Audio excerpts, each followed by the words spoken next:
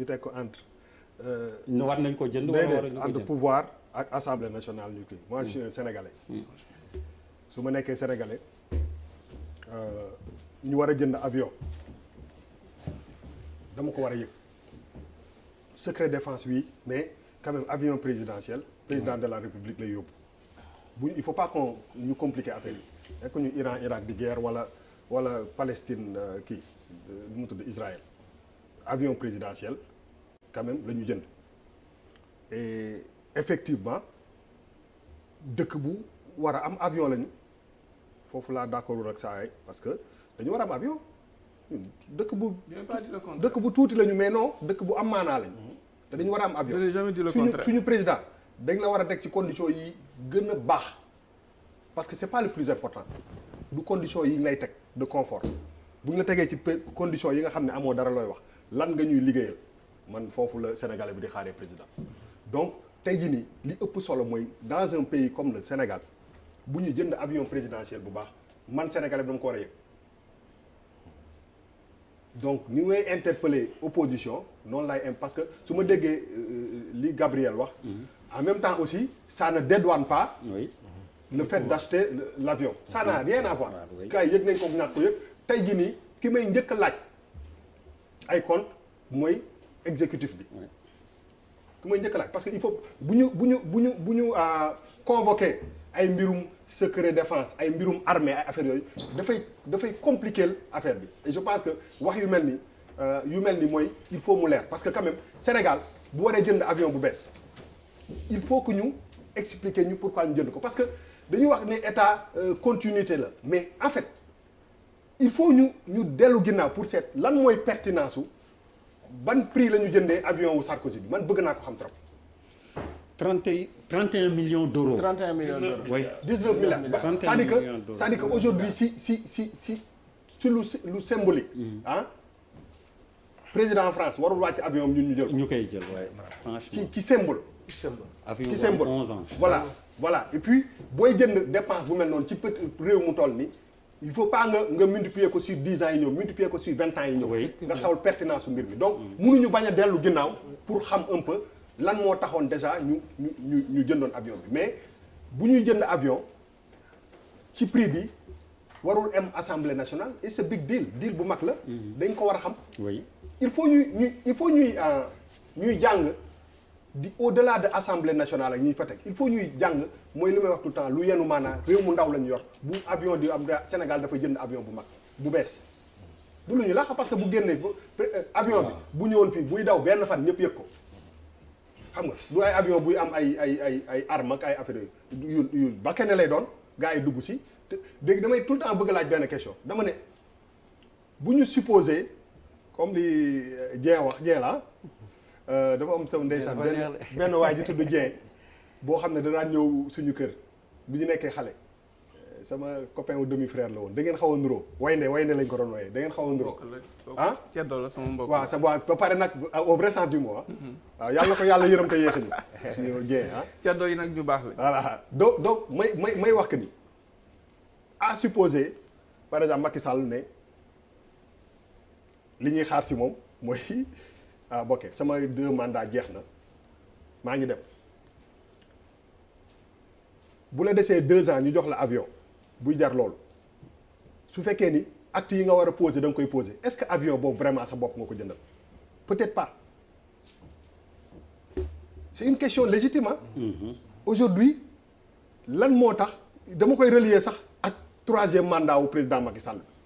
bi gars yi di laam-laamee di coow di c'est important jënd avion bi bu dee daf ko jënd pour ñaari at rek peut-être que kii ñëw keneen la ko jëndal mais léegi kii ñëw keneen dégg naa Bougane Gueye Dany si am na fu ma seet mu ne. bu faloo damay jaay avion loolu la wax noonu. ah non écoute nit ñi jël transport régulier nit ñi dañuy jël ay engagement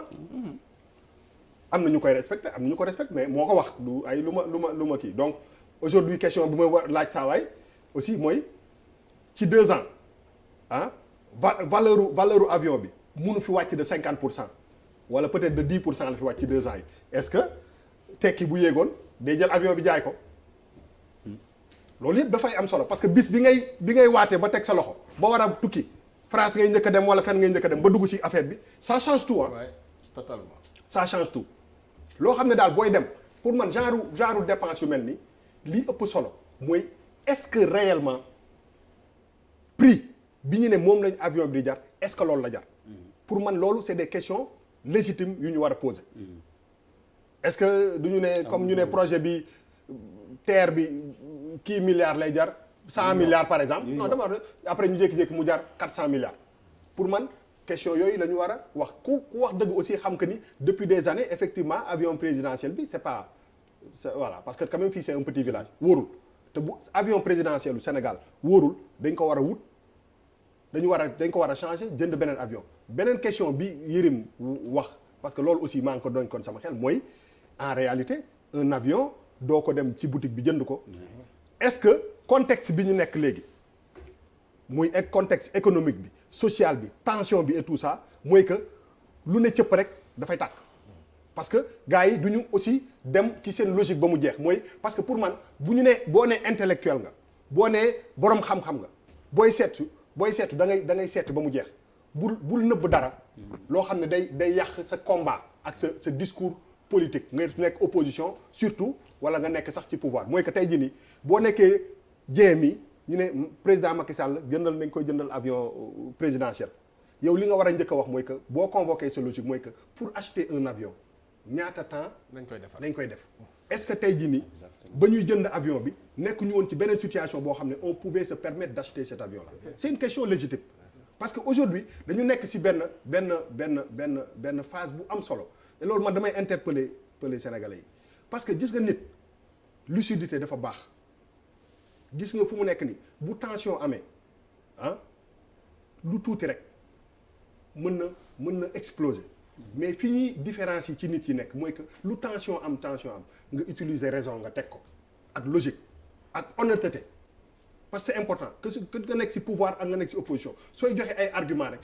nga xool sa digganteeg yàlla nga ne pour est-ce que lii bu ma ko nëbbee du sax sama discours gën a jàll parce que ci foofu la ñu nekk te ñun ñëpp on a la responsabilité tey de rester lucide